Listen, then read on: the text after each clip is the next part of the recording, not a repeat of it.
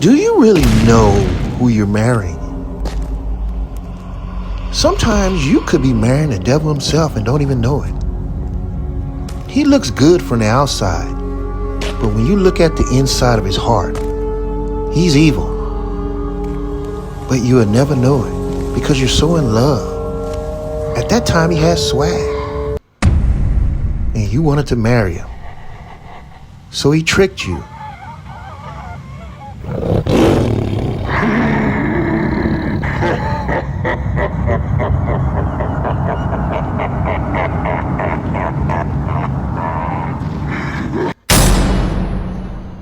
But let's examine what really makes an unholy matrimony.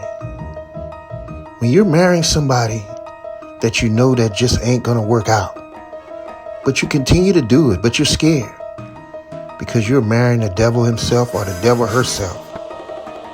What do you really do? You know it's bad when they got to carry you up to the altar, the biggest day of your life, and you don't even want to go. That's a bad sign right there. You're almost forced to be married. When you're up there, it's like you have to be restrained just to get through the wedding ceremony, because they're promising you all these legal papers and telling you what you have to sign, what you have to do just to stay committed in a marriage, because marriages always fail within the first 2 years. So all that boo-hooing and crying you're doing, you're just making a big mistake because you just don't know what's coming ahead. You're very emotional right now because you think you found the love of your life and you guys are going to be together forever. But when you look at that cake and start seeing things like this, you know that you're not going to be together long when a guy can just knock you upside the head right on your wedding day. And then all of a sudden you look up, you're pregnant, and the man's gone. And you have to send the police out there to find him. That's not a good way to start. Because when the police find him, they're going to take him in. Because he thinks he's just going to leave out of the marriage and don't pay child support. That's a no-no. So eventually you're going to catch him. And eventually you're going to be divorced. But when you're divorced, that courtroom is one of the most things that really, really make your heart harden. It makes you angry. It makes you realize that you chose the wrong guy or the wrong girl.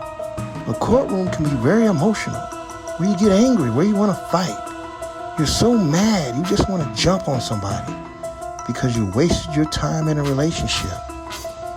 Because when you look at courtroom drama when it comes to marriage, it can get very violent. It can hurt because things come out that you didn't even know what was going on in the marriage. And when you're sitting across from people and you start seeing people want to fight, this lets you know that you wasn't married to the right person. When the one you love has to be restrained, when the one you love is throwing punches, where did that come from? It's like they turn into a demon and all these bad things start happening. Brother-in-laws jumping you. Sisters, brothers, your whole family want to fight over a marriage that only lasted 2 years. People throwing punches, people angry. The wife jumping over benches, want to swing on her husband. The husband being choked out. I mean, marriage is such a serious deal. How did it end up like this? Where everybody's swinging on each other. The guy's so upset, he's swinging on the brother-in-law. Brother-in-law's 3 times bigger than him, but he's still getting pushed down.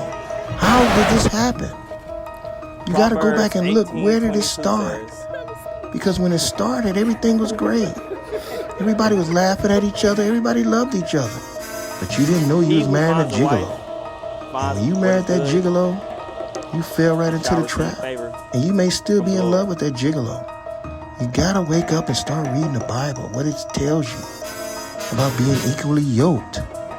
You have to know exactly what you're doing before you get in a marriage. If not, it's only gonna last about a year or 2, or maybe even less than that. Take it from me. listen to Akdog Production, and you can learn a lot.